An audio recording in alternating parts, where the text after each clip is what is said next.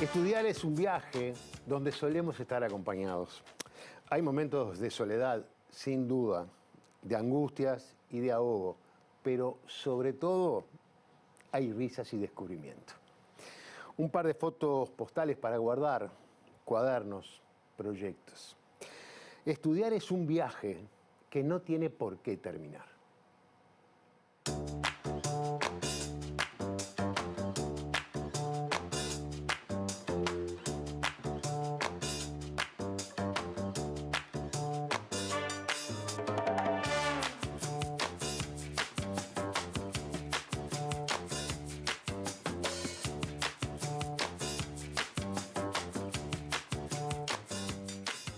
Hoy, en Ideas Cruzadas, le damos la bienvenida a Agustín Cano, salteño, bolso, docente de la UDELAR.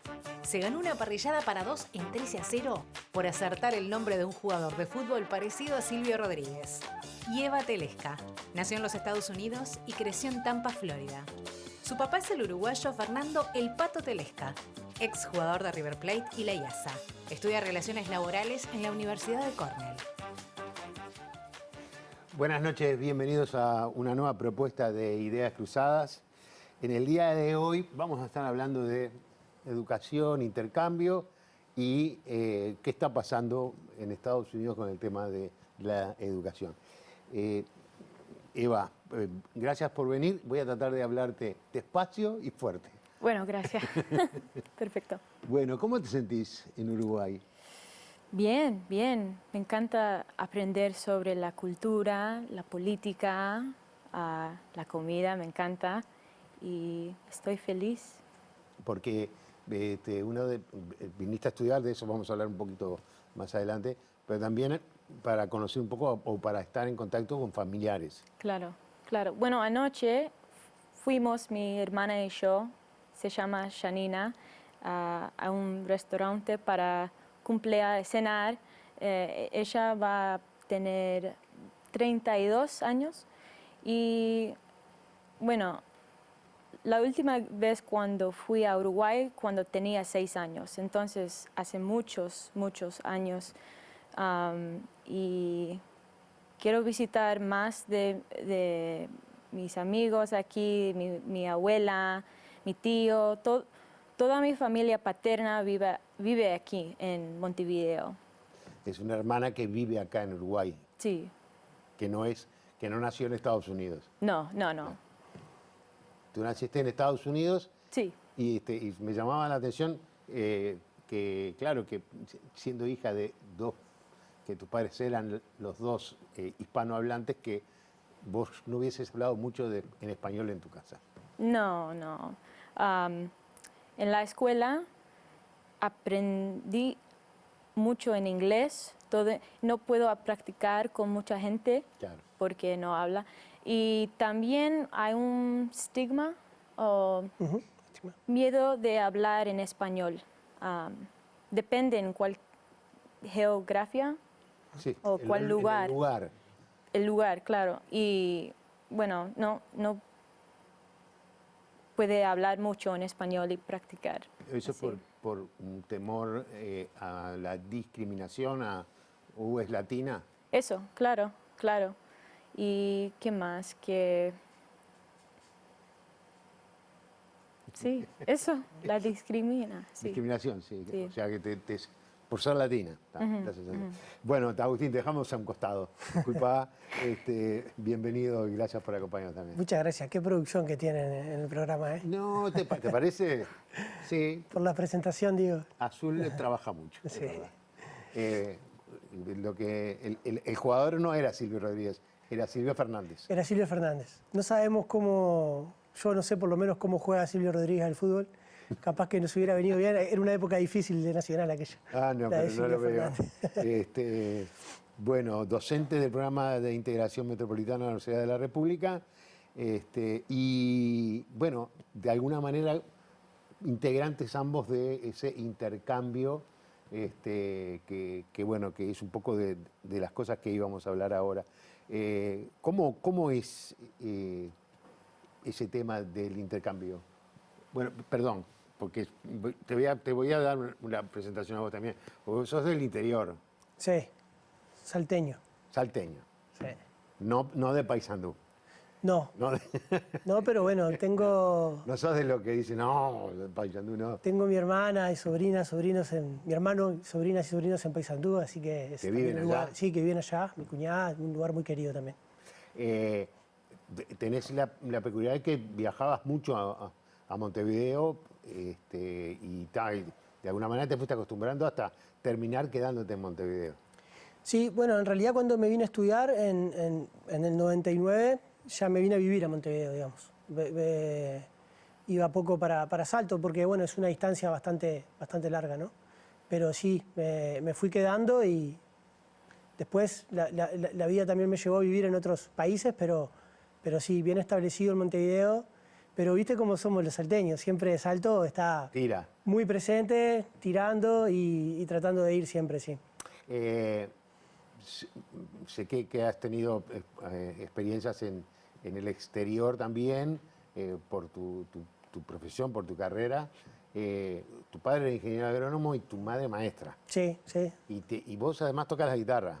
Bueno, Bueno, sí. muy entre casas, sí, sí. No, me refiero gusta, porque sí. hay una beta artística en esa familia. Sí, bueno, sí, sí. La que la ha desarrollado más es mi hermana, Alicia, que es cineasta. Y bueno, mi madre es maestra, como decías, pero también escribe. Ella se especializó en literatura infantil, pero escribe, digamos, literatura a secas, ¿no? Sí, Y bueno, sí, después mis hermanos, igual que mi padre, son agrónomos. Perdona, porque me quedé con algo que dijiste. La comida, me dijiste. Sí, de aquí. De aquí, ¿qué te gusta? Morcilla, chinchulini. Ah, mirá. ¿Qué más?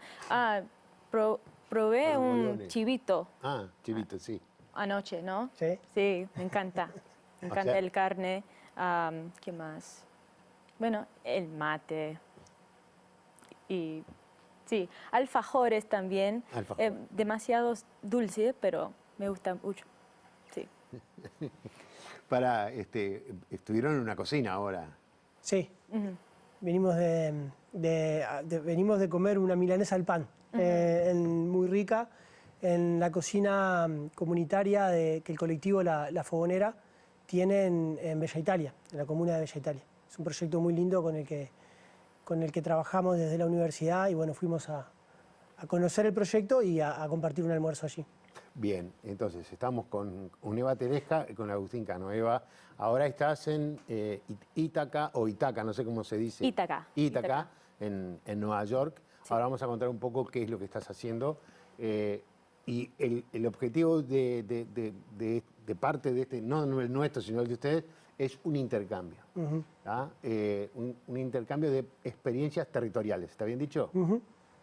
Cuéntenos un poco de qué estamos hablando. Sí, sí, este intercambio se da como parte de un proyecto más grande que venimos realizando desde el 2022, que bueno, entre la Universidad de la República y la Universidad de Cornell, que el nombre, digamos, la línea general de trabajo dentro de la cual estamos desarrollando diferentes proyectos, es diálogos globales sobre extensión universitaria, sobre formas de intercambio universidad-sociedad, ¿no? En ese marco estamos haciendo 2 libros, unos proyectos de investigación, ya se han sumado equipos de Sudáfrica, Irlanda, Italia, Chile, Argentina, Brasil, distintas universidades de Estados Unidos, Hawái, ¿no? Trinidad y Tobago, creo que no me estoy olvidando de nada. Y mientras esos proyectos se desarrollan, surgió la posibilidad de generar este encuentro que realmente nos tiene muy ilusionados, que es la posibilidad de que estamos realizando esta semana con un equipo de 13 estudiantes y su profesor, el profesor Scott Peters, con el que junto con Matías Flores de Chile estamos como coordinando todo el proyecto. Vinieron a Uruguay para trabajar con los estudiantes de un espacio de formación integral de la universidad que se llama Pedagogía, Política y Territorio, que es una propuesta de formación que es inserta en proyectos de extensión universitaria que llevan adelante el Programa Integral Metropolitano y el Instituto de Educación de la Facultad de Humanidades. También forma parte de este programa de intercambio y de la Avenida de los Estudiantes de Cornell el programa Progresa de la Universidad de la República. Y después, bueno, hay muchos programas apoyando, ¿no? El programa APEX, el Servicio de Relaciones Internacionales de la Universidad, el Prorrectorado de Extensión. Son espacios que están apoyando esta experiencia. Y tú, yo no lo dije, tú también estás desarrollando tareas en territorio con gente, porque te fuiste a la Universidad de Cornell, Cornell. Sí. a estudiar relaciones laborales. Eso. ¿Y cómo es tu experiencia allá? Bueno, ¿Y qué esperas en la experiencia de venir acá? estoy en mi último año de la universidad y elegí estudiar las relaciones industriales y laborales porque estoy muy interesada en los derechos civiles de trabajadores.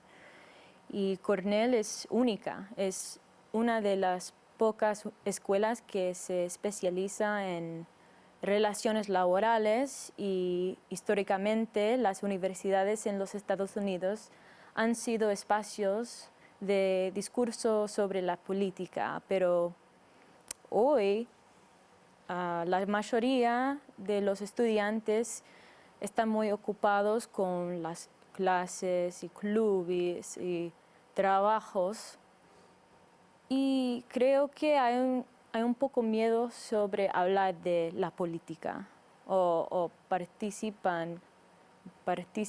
en protestas, algo así. También hay un patrón de agentes de inmigración que atacan a los estudiantes, específicamente los inmigrantes que quieren hablar sobre la política ahora o quieren protestar para cambiar la situación. Sí, eso.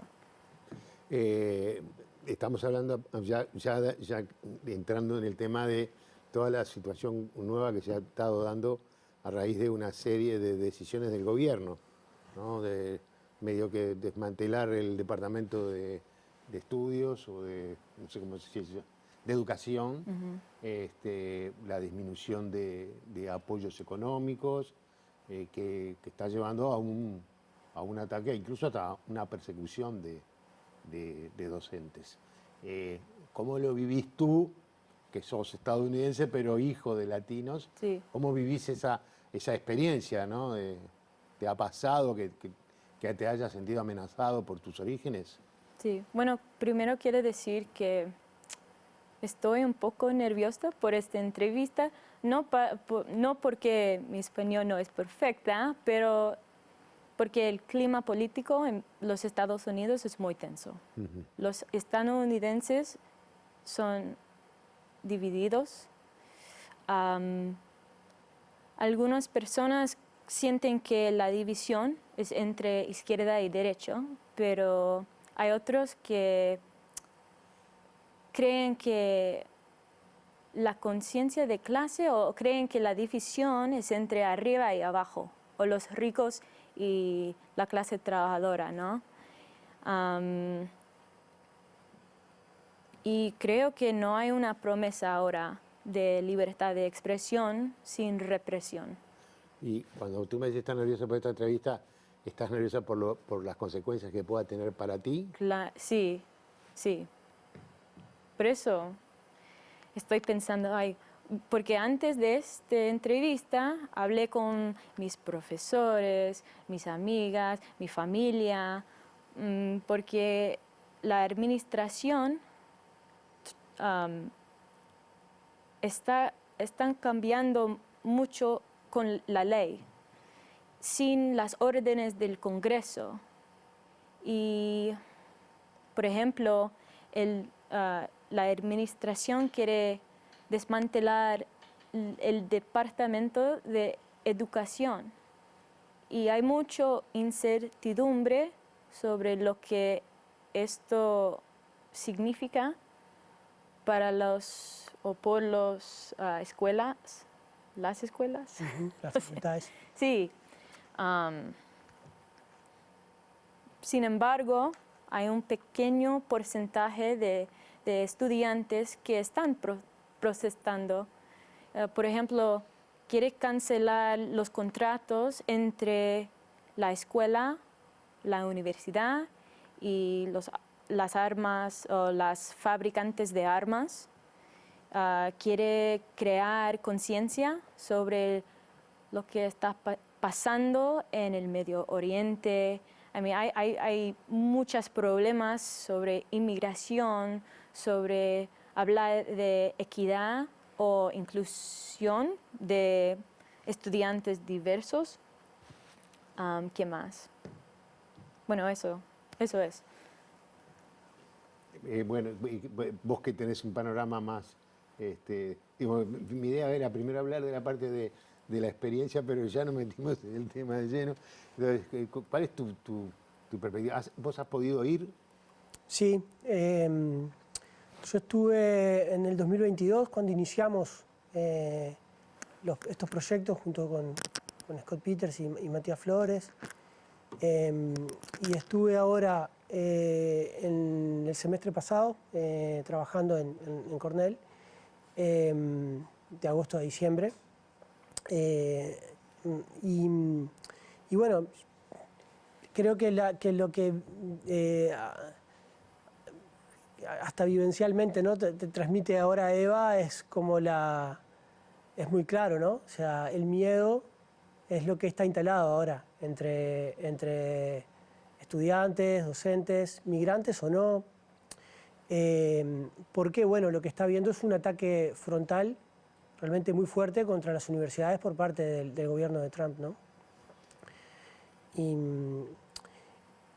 en algunos casos eso tiene que ver con la prohibición de toda una agenda de temas sobre las cuales se realizan recortes de presupuesto muy grandes, ¿no? Hablamos de miles de millones de dólares que están siendo recortados a fondos de investigación, a becas de estudiantes, a programas de investigación sobre temas como los efectos del cambio climático, la producción de tecnologías amigables con el medio ambiente, la agenda de la igualdad de derechos de género o la lucha contra el racismo, contra la discriminación por las opciones sexuales de las personas.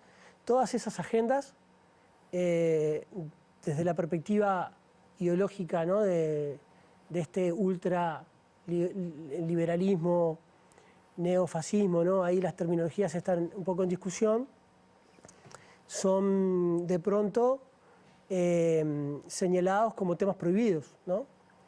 Y eso genera estas dos cosas, ¿no?, el recorte drástico de fondos y la persecución política y el intento de control ideológico de las universidades de forma muy frontal. Lo estamos viendo en la Universidad de Columbia, pero también en otras, ¿no? Le voy a pedir para hacer una pausa y después seguimos sobre este tema porque me queda... lo primero que me viene a la cabeza, me vienen varias cosas, pero las dos primeras que me vienen son... ¿Así fue Trump en su primer gobierno? Esa es la primera. La segunda es... ¿No fue Estados Unidos un país caracterizado por captar inteligencia para tener el poder del dominio de la ciencia, la tecnología? ¿Lo hablamos en un instante? ¿Ya? Ya volvemos, ya seguimos conversando.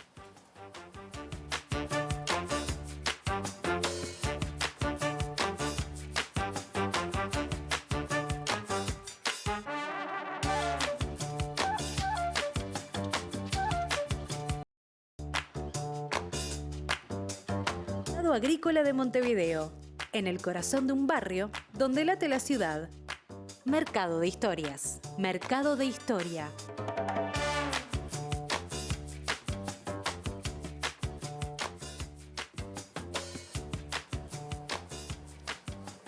Seguimos conversando con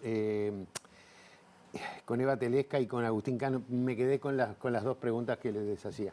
Digo, la irrupción de Trump en el gobierno, del nuevo gobierno de Estados Unidos, fue impactante, ¿no?, por la cantidad cuando ya arrancó con el tema de de que iba a invadir Groenlandia, que no sé qué más, y las tasas para las importaciones aplicadas a Canadá, a México y a otros, y una pila.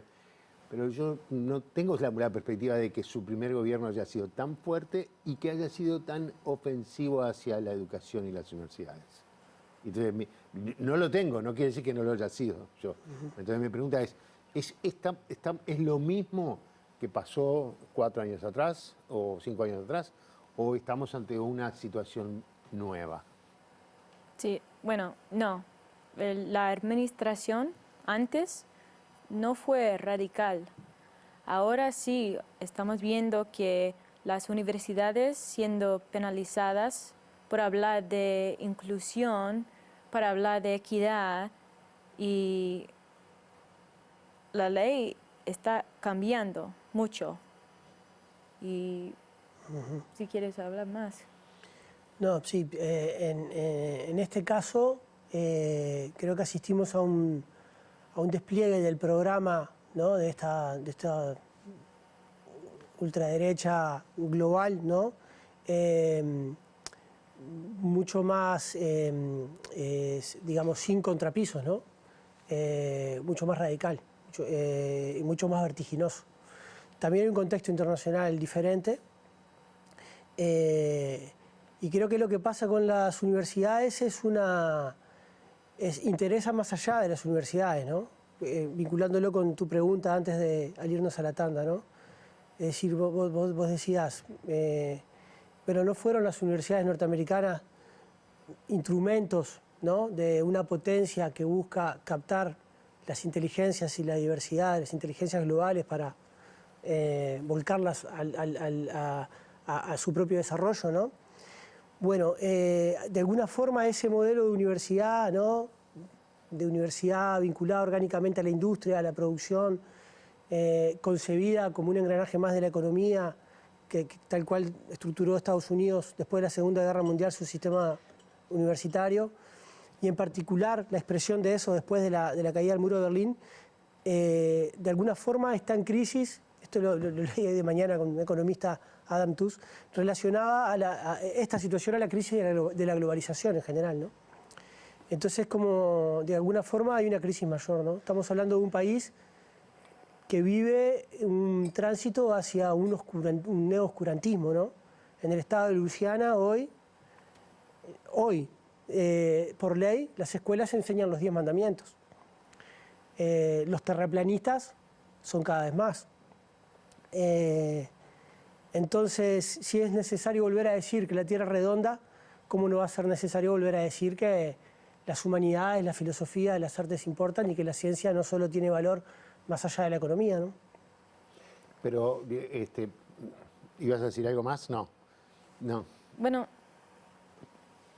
también no puedo hablar por todos los estudiantes, claro, pero en mi universidad hay muchas personas con diferentes ideas, experiencias, y creo que algunas personas sienten que la democracia cayera ante nuestros ojos, que no hay una libertad de expresión. Por ejemplo, en Cornell hay el lema cualquier persona, cualquier estudio, que significa any person, any study. Eso es very democratic. Y como resultado, hay muchas personas con diferentes expresiones y a veces hay opiniones que están en conflicto. But that's healthy for democracy. Eso es necesario. Sí, claro. Claro, eso es saludable para la democracia, la contradicción y la lucha de ideas. Sí. De ideas. Sí. Claro, el problema es que si te excluyen o te persiguen, no te animas a exponerlas. Sí, me parece que los estudiantes no quieren hablar ahora sobre la política. La mayoría están en clases y hay un desconexión sobre la realidad y los estudios, creo. ¿Qué puede tener que ver allí? Vos me decías que un poco que como fenómeno global, de alguna manera Estados Unidos perdió esa hegemonía que tenía sobre los cerebros de la ciencia. No sé si habían dicho, capaz es un disparate. ¿Es un disparate? Decímelo. No. No sé si perdió esa hegemonía, pero sin dudas está cuestionada, ¿no? Está El cuestionada. desarrollo científico-tecnológico de China, por ejemplo, ¿no? Que mandan a sus estudiantes a Estados Unidos. Sí. Y sí, que tienen cada vez más investigadores de todo el mundo en universidades de China. Claro, por eso. Lo que hacía Estados Unidos lo hacen ellos, los chinos ahora. Te quiero decir, lo que me llama a mí poderosamente la atención es cómo no perciben ese... Es decir, que en la medida en que hay como una agresión hacia la enseñanza, la educación, la universidad, hay como un a quitarse conocimiento que le permita desarrollo. No sé. Todo es mi cabeza, yo no sé si es así o no es así, vos corregime. No, es muy interesante, creo, el tema, y es un tema a ir entendiendo, ¿no? Porque es muy vertiginoso cómo se va dando todo. Pero lo que creo que es posible ver, igual que en Argentina, en otra medida, es un intento de refundacional muy violento, que tiene la cuestión de la igualdad en el centro, o de la desigualdad en el centro, ¿no? Esta perspectiva ideológica, ¿no? Del trumpismo, de Milei y de esta global reaccionaria, digamos, ¿no? Plantea que toda lucha contra la desigualdad social es una estafa, ¿no? Que la desigualdad es una ley, y que la justicia social natural. es una ley natural, y que la justicia social y cualquier perspectiva de justicia social en todo el arco, ¿no? Izquierda, progresista, liberal, es una estafa.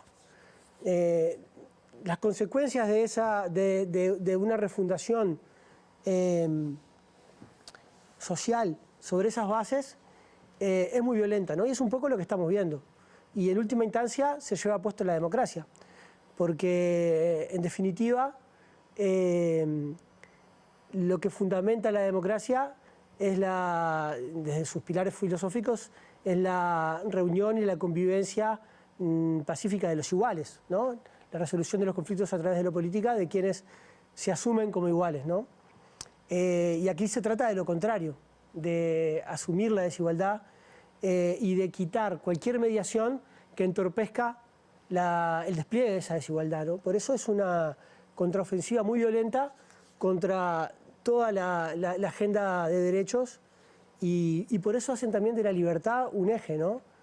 Perdón si me voy de tema. No, está muy bien. Sí hablo mucho, pero fíjate lo que pasó ahora en estos días en Argentina, que Milei mandó a destruir la estatua de Osvaldo Bayer, ¿no? El historiador anarquista argentino. Y es interesante porque lo hace el mismo sector ideológico que busca robarle a los antiautoritarios de izquierda, ¿no? A los anarquistas, a los socialistas antiautoritarios, robarle el término libertario, ¿no? Y de alguna forma es simbólico el intento de destruir esa estatua, que además fue creada por la gente del lugar, ¿no? Para recordar a alguien que trabajó durante toda su trayectoria como historiador, recogiendo, narrando, visualizando la historia de los oprimidos, ¿no? De los derrotados, de los obreros rurales fusilados en el irigoyenismo, de los mapuches, etcétera, ¿no? Entonces, la libertad es un término muy poderoso, ¿no? Moviliza cosas muy profundas de los seres humanos y de las sociedades. Enunciarlo desde una perspectiva que quiere nombrar en realidad la ley del más fuerte sin mediaciones, es algo que intentan, pero que en última instancia es imposible, ¿no? Y creo que lo que estamos viendo tiene que ver con este tipo de cosas, y mientras que los intentos de reproducción o de defensa de la hegemonía global de Estados Unidos ocurren por el lado que lo decía recién, ¿no? Intentar anexarse Groenlandia, o quedarse con sus recursos naturales, ¿no? Y la forma en que negocia con Zelensky te ayudo a terminar la guerra, pero me quedo con las tierras raras. ¿Está bien dicho? Sí. ¿Tenés vínculo con docentes de Estados Unidos con quienes conversen estas cosas o te manifiesten sus preocupaciones? Sí, sobre todo con el profesor Scott Peters, con quien venimos trabajando muy de cerca y bueno, con varios proyectos juntos y hemos construido una relación de amistad. También con estudiantes de doctorado, Matías Flores, que nombraba antes, que está terminando su doctorado. Y bueno, y otros colegas, en particular Mary Jo Dudley, es una excelente profesora que junto con otros colegas de la Universidad de Cornell construyó un programa de trabajo con trabajadores rurales del estado de Nueva York. No habla en español, que no habla en inglés. Que no hablan inglés, Eso. ¿Querés contar un poquito de ese proyecto? Bueno, sí, yo trabajaba con Mary Jo y hacíamos lecciones por gratis por los trabajadores agrícolas que no hablan inglés. Y si tienes preguntas sobre cómo es la vida en los Estados Unidos, información sobre la medicina, cómo vivir, Sí. Ayudaban, sí. Sí, pero ahora no puedo trabajar más. Y también, no sé si quieres hablar sobre Mary Jo y la situación. Sí, quizá lo puedo hacer yo mejor. Esa era tu experiencia de extensión, o sea. De extensión, sí. El trabajo que tú hacías, era acercarte hacia zonas donde había trabajadores rurales que no hablan inglés, Sí. para ayudarlos a aprender a hablar inglés y conocer sus derechos, cómo resolver. ¿Cómo trabajan esas cosas? No sé, esta pregunta es muy difícil para responder, pero bueno.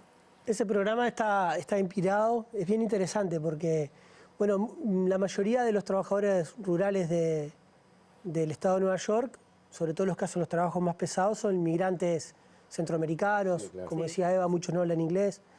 Y este programa fue creado por yo y el grupo que lo creó, Eva, el grupo que lo llevaba adelante, inspirado sobre todo en dos grandes referencias. Una de los Estados Unidos, que es la organización con el lema Food is Power, ¿no? La comida es poder, como parte del movimiento de los derechos civiles de la población afroamericana en los 60, ¿no? En el delta de Mississippi se formaron cooperativas de alimentos hechos por los afroamericanos que viven en el medio rural en esa zona, y junto con esa experiencia también una experiencia de lo que en América Latina llamamos educación popular, ¿no? Esa fue una de las inspiraciones de este programa. Y la otra es la educación popular latinoamericana, Paulo Freire y las y los educadores populares de América Latina. Ese programa ha sido intervenido en estos días, en los días pasados, en el correr de los últimos 2-3 meses. Y por esa razón, Mary Jo, que iba a venir a Uruguay, no pudo viajar. Bien. ¿Cómo va a ser la experiencia acá? ¿Qué actividades van a desarrollar? Vos me dijiste que tú estás trabajando en la zona oeste. En la zona este. Sí, pero también vamos a ir al oeste. Mañana vamos a visitar el programa Apex en el Cerro y vamos a tener una jornada de trabajo allí con el espacio de formación popular del Apex, la cooperativa del barrio La Paloma, la huerta agroecológica que tienen también allí en el Parque Tecnológico Industrial, con el Apex, la cooperativa. Y bueno, vamos a conocer ese programa. El miércoles vamos a ir al Programa Integral Metropolitano, el PIM. Y ahí va a ser un espacio de trabajo largo de los estudiantes de Cornell con los nuestros de Uruguay, del PIM y Humanidades. El jueves vamos a hacer una visita en la mañana al Museo de la Memoria y en la tarde vamos a tener una reunión con la Facultad de Veterinaria, que la Facultad de Veterinaria está vinculada a la Universidad de Cornell desde su fundación, porque fue creada por el doctor Salmon, el que descubrió la salmonela, que era de la Universidad de Cornell. Y bueno, él fue traído por el vallismo para crear la Facultad Veterinaria en comienzo del siglo XX. Entonces, bueno, ahí vamos a tener una reunión con el equipo de extensión de la Facultad Veterinaria. Y después vamos a visitar el espacio de los Bañados de Carrasco. Y bueno, finalmente el viernes vamos a trabajar en la Facultad de Humanidades con una instancia de trabajo sobre el tema de migraciones, una mesa redonda estudiantil sobre experiencias de participación, lo que se llama Poder Estudiantil, experiencias de participación en Sur y Norte, con estudiantes de Cornell y estudiantes de la UDELAR. Y luego, para cerrar, la conferencia del doctor Scott Peters, que lleva por nombre las universidades y las humanidades estadounidenses en la era Trump, ¿no? Hoy, además de a la cocina comunitaria, también fue un equipo al campus Pioneras Universitarias de la universidad a trabajar con el Observatorio contra la Discriminación y el Racismo de la UDELAR y otros equipos que trabajan esa temática, conocer el Prorectorado de Extensión, el programa Progresa y trabajar un poquito ahí. Ahí ya te sinteticé todo. ¿Cómo te preparaste para venir? Bueno, traté de hablar más en español y también leer sobre la política, el gobierno, qué está pasando aquí en Uruguay. Y aprendí que Uruguay es un modelo de la democracia que estamos aprendiendo sobre y cómo puedo hacer más como... Bueno, todos los países tienen problemas, pero a veces hay oportunidades para hacer cambio. Y quiero unirme con las organizaciones que ya está luchando por los derechos civiles y hacer mejor. ¿Tenés en tu cabeza de repente la idea de venir al Uruguay a vivir? No. Sí. ¿Sí? Sí, luego. Luego. Ahora necesito hablar más en español y también mi mamá es de Ecuador, entonces hay tres culturas que estoy buscando, okay, la identidad, cómo es, quién soy, bueno, pero luego quiero vivir aquí. Está muy si bien. Es posible. Qué momento también del de Ecuador, ¿no? Qué momento. Sí. Qué momento. Bueno, hacemos una pausa, ¿les parece bien? Y seguimos conversando. Un poco entreverado hemos estado hablando de las cosas, pero bueno, lo que pasa es que también es entreverado el momento. Sí. Si querés, para definirlo de alguna manera, porque bueno, está entre lo que uno hace, la experiencia, las necesidades, las políticas, hay mucha cosa arriba de la mesa en un mundo convulsionado y bueno, en un Estados Unidos convulsionado. Una pausa y ya seguimos.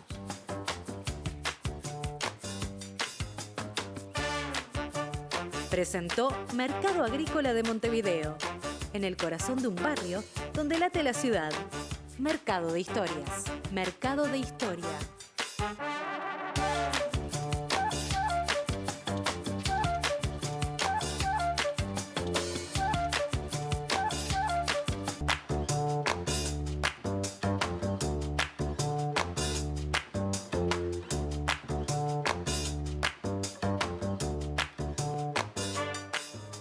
Seguimos conversando con Agustín Cano y Eva Telesca.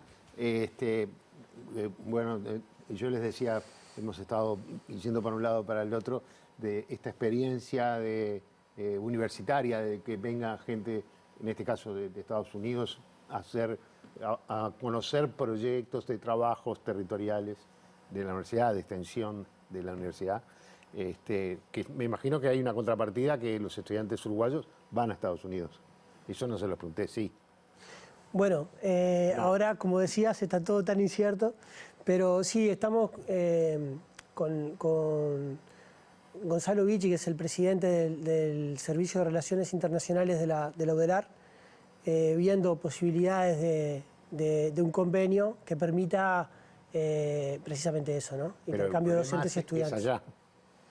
No, por ahora no es que existe un problema, sino que, bueno, esto venía como un proyecto de investigación colaborativa y con proyecto de investigación comparada que generó esta instancia de la visita, primero de la ida nuestra a Cornell, luego la venida de esta delegación, y ahora queremos generar un proyecto que permita eso, ¿no? Y creo, soy optimista que se pueda realizar, sí. Cuando estábamos hablando de todo esto, en realidad hablamos de universidades en Estados Unidos. Una gran parte de ellas, no sé si su mayoría, no lo sé, son privadas, ¿no? O sea, el fenómeno de la autonomía universitaria, que nosotros vivimos en el Uruguay como algo muy fuerte, ¿no? ¿Cómo se percibe desde Estados Unidos, desde las universidades de Estados Unidos? Bueno, hay autonomía, pero también hay influencia del gobierno federal por los fondos. Por ejemplo, con la Universidad de Colombia, ¿cómo se dice? Se cortan los fondos como 400 millones. Un recorte de 400 millones. Sí.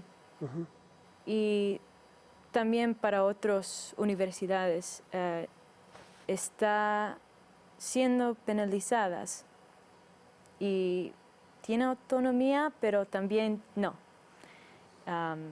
No puedo hablar por todas las universidades, pero hay mucha incertidumbre, ¿no? En este caso estamos hablando de un recorte muy grande para programas específicos, ¿no? No para todos, aquellos programas que están vinculados a la diversidad, a la equidad, como tú me decías. O sea, otros programas no sufren esos recortes. Y también como sanción política. Está eso, pero también está aquellas universidades, porque hay una orden, ya había una presión muy grande, ¿no? Antes de que ganara Trump. Pero ahora con Trump hay una circular, un decreto que obliga a las universidades a delatar a los estudiantes o docentes que participen de manifestaciones en solidaridad con Palestina, para iniciarles procesos legales a esos estudiantes o docentes. Y en parte lo que le está pasando a la Universidad de Columbia es una sanción económica por esos motivos, no solo por el recorte de la agenda, ¿no? Están las dos cosas. ¿Pero no es una de las universidades más importantes? Lo es. Digo, yo de ver el cine o no sé, Sí. que lo sé, no te... Es una universidad muy importante. Sí, sin duda. Creo que relacionando esto con tu pregunta sobre la autonomía universitaria, creo que lo que está pasando es bien interesante de observar en relación a ese tema, ¿no? El de la autonomía y su necesaria, digamos, correlato en una forma democrática de gobierno de las universidades, ¿no? Lo que en la tradición latinoamericana y en Uruguay es el cogobierno, ¿no? Yo recordaba ahora, mientras escuchaba a Eva, en el año 68, en Uruguay, el gobierno de Pacheco llegó a deberle a la universidad un año entero del rubro gastos. Y en la apertura de cursos del año 69, Pablo Carlevaro, que era el decano de la facultad, le dio la bienvenida a los estudiantes diciendo: bienvenidos a la universidad más pobre y más digna de América Latina, ¿no? Ahí había una autonomía que, en la medida que tiene el correlato de una organización democrática y de un proyecto pedagógico, universitario, académico, social, cultural, que hace de esa autonomía la condición para la apertura a lo social y no para la clausura, ¿no? No para el ensimismamiento universitario, permite, digamos, hacer que esos valores universitarios que muchas veces están en un nivel declarativo se ejerzan, ¿no? Como digamos, en la vida política de una sociedad, ¿no? De una república. Y es interesante ver la contraparte, lo que está pasando en universidades, que muchas veces aparecen como el modelo, ¿no? Y a través de los rankings de universidades también se propagandean en nuestro medio local, como el modelo universidad a seguir. Y se habla mal de la autonomía y mal del cogobierno. Pero sin embargo, esas universidades con un modelo de gestión corporativa les está pasando esto, ¿no? Cambia el gobierno y te cierran el programa de extensión.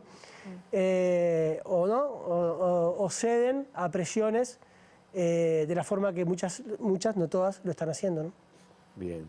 ¿Y cómo está hoy la universidad? Con cambio de gobierno, cambio de rector. ¿La nuestra de acá? La nuestra, sí, la nuestra. ¿A qué cambio de frente? No, aquí no. No, y ya que estamos hablando... En un contexto de todos esos cambios que decías, ¿no? procesando este periodo de un rectorado interino y organizando la elección de un nuevo o nueva rector, ¿no? Y el trabajo, supongo yo, del presupuesto, que es el trabajo... Sí, ese es un tema, si no el principal, uno de los principales del año, ¿no? La universidad ya tiene su proyecto quinquenal elaborado y poder generar las condiciones para comunicar la necesidad de ese proyecto a la sociedad y su respaldo en el Parlamento, ¿no? En un contexto, en un presupuesto que va a ser bastante complejo, ¿no? La universidad viene de unos 5 años anteriores muy complicados, ¿no? Donde tuvo pérdida presupuestal real por efecto del congelamiento del presupuesto o de partidas incrementales que no llegaron a corregir las pérdidas, ni siquiera corregir las pérdidas de inflación, ¿no? Eso se nota en los salarios, en el deterioro de la relación entre cantidad de horas docentes y cantidad de estudiantes, que además este año volvió a tener un empuje muy grande, por suerte, y la postergación de muchos programas académicos muy importantes para el país, ¿no? Entonces, sin duda que este presupuesto va a ser muy importante.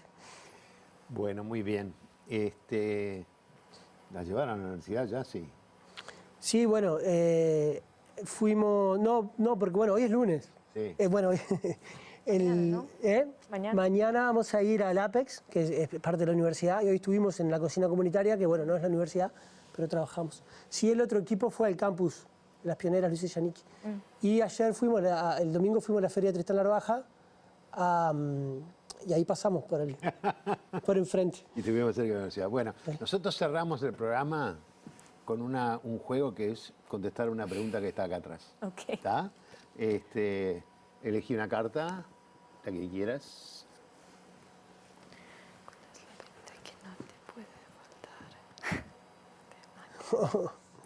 Perfecto. Perfecto.